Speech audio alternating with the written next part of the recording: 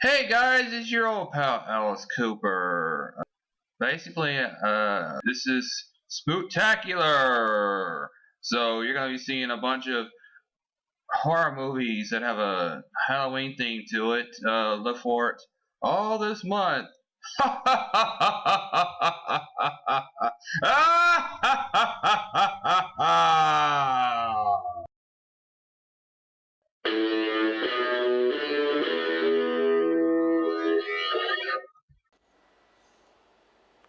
Friday the 13th, Part 8. Jason Takes Manhattan. So, following the events of The New Blood, two graduating high school students are aboard on a houseboat. Jim tells his girlfriend Susie the legend of Jason Voorhees before playing a prank on her with a hockey mask and a fake knife. The Borts The boat's anchor damages some underwater cables, which electrocute Jason's corpse, causing his resurrection. He sneaks on board and kills Jim with a harpoon gun before impaling Susie, who tries to hide from him with a barb. Stupid place to hide, by the way.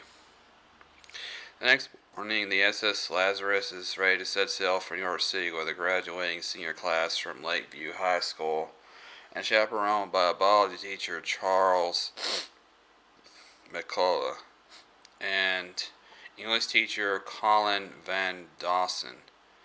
Von Dawson brings McCullough's niece, Rennie,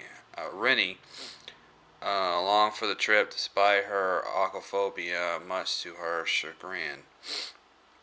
Jason sneaks on aboard and kills rock star wannabe JJ with a guitar before hiding in the bowels of the ship. I want to go ahead and mention that there's this scene where he's talking to this girl.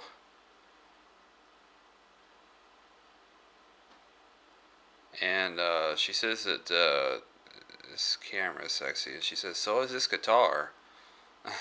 That's odd.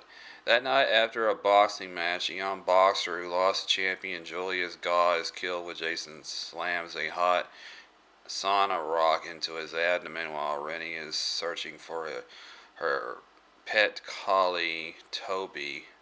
Border collie, Toby. Um, discovers prom queen Tamara and Eva doing drugs. McCullough nearly catches them moments later, and Tamara pushes Rennie overboard, suspecting she told on them. She then uses a video student Wayne to record McCullough in a compromising position with her, but rejects Wayne's advances afterward. Tamara is killed by Jason with a shard of broken mirror when she goes to take a shower. Rennie begins seeing visions of young Jason throughout the ship, but the others ignore the deckhand's warnings that Jason is aboard. Jason kills Captain Robertson and his first mate. Rennie's boyfriend, Sean, discovers them and tells the others before calling an emergency stop. Eva is strangled as she tries to flee from Jason.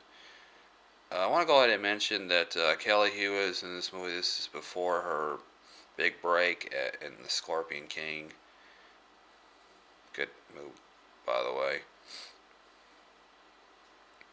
Students agree to search for Jason while McCullough decides the deckhand is responsible. However, the deckhand is discovered with an axe in his back. One of the students, Miles, is killed by Jason, and Jules is knocked overboard. Elsewhere in the hold of the ship, Wayne comes upon JJ's body and is thrown into electrical box by Jason. His corpse catches fire and begins a chain of events that causes the ship to sink. With the other students dead, McCullough, Van Dawson, Rennie, and Sean escape aboard a little raft and discover Toby and Julius are alive as well. The road to New York, where Jason stalks them through the streets. Rennie is kidnapped by a pair of junkies, and the group splits up to find help. Julius tries to fight Jason with boxing skills, but becomes exhausted after Jason does not go down. He is then decapitated by a single punch from Jason. dumb move, by the way.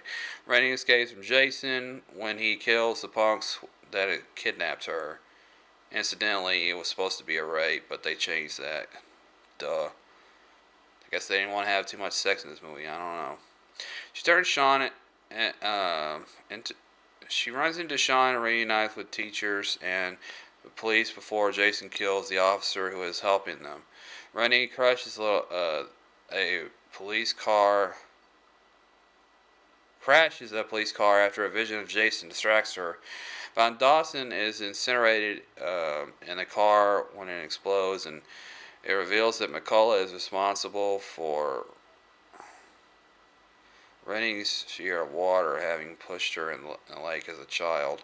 They leave him behind, and Jason kills him by drowning him in a barrel of waste. Fitting situation. He's been acting like a shit the whole movie.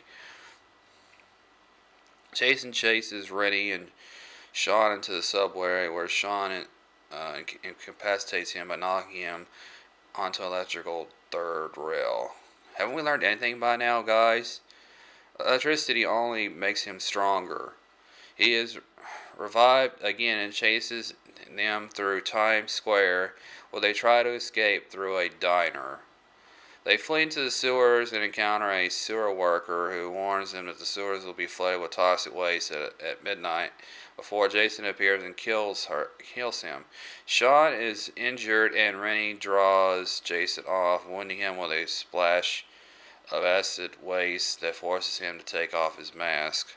Horrifying Rennie, she and Sean climb the ladder as Jason struggles to get them, but just as about to kill him, the sewer waters flood and engulf him.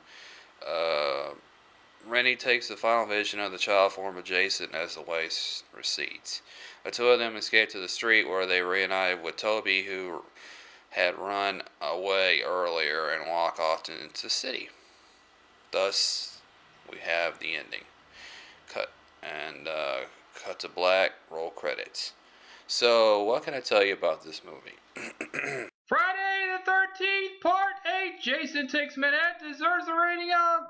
I got rock. So, this is a last one I'm gonna be doing for Jason. I've already done all the Jason movies, so I'm pretty much already done. I'm not gonna be doing the 2009 remake. I'm not very fond of that one particularly. It's pretty much like the original mixed in with Part 2, so that pretty much explains that. So anyway, go ahead and hit subscribe, share and like, of course. Watch some more videos. Hit thumbs up to support the channel, and leave a comment below. And I'll see you next time. Thank you for watching.